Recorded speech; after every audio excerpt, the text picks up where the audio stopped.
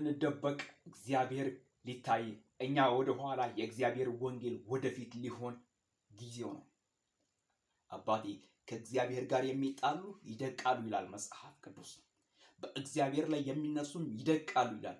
ከእግዚአብሔር ጋር ተጣልቶ ከመድቀቅ ዝም ብሎ ሞቶ ማለፍ ይሻላል። ምክንያቱም ከእግዚአብሔር ጋር ተጣልቶ ከመድቀቅ ወንድሞቼ፣ እህቶቼ፣ ወዳጆቼ፣ ወንድሞቼ እናንተ የእግዚአብሔር ባሪያዎች እግዚአብሔር ይጠብቃችሁ።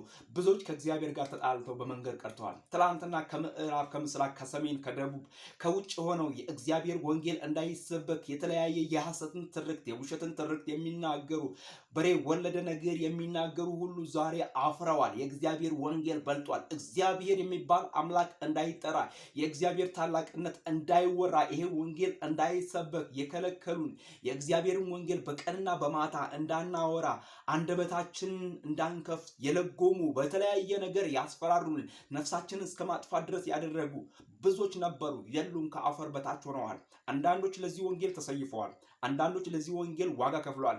አንዳንዶች ለዚህ ወንጌል ትዳራቸውን አጥተዋል። የዕብራዊ ጸሐፊ ሲናገር እንዳልተረክላቸው ይላል፣ ጊዜ ያጥረኛል እያለ ይናገራል። ወዳጆቼ፣ ወንድሞቼ እናንተ የአባቴ ብሩካን በኢትዮጵያ በዓለም ዙሪያ ያላችሁ መዳን በሌላ በማንም የለም እንድንበት ዘንድ ከሰማይ በታች የተሰጠን ስም ኢየሱስ ክርስቶስ ነው እያልን ይህን ወንጌል በተረዳነው በተገለጠልን መንፈስ እንናገራለን። ምክንያቱም ክርስትና መገለጥ ነው። ክርስትና የሰማነውን ማሰማት ነው። ክርስትና ይሄ መልእክት ነው። ይሄ ራሱ እንደዚህ ወደፊት ማምጣታችን መልእክት ነው። ምክንያቱም ክርስትና ሕይወት ነው። ክርስትና መኖር ነው። ክርስትና ለእግዚአብሔር ወንጌል መለየት ነው። ይህንን ስናደርግ የማይወድ የአመፃ ልጅ ልጆቹን ያስነሳል።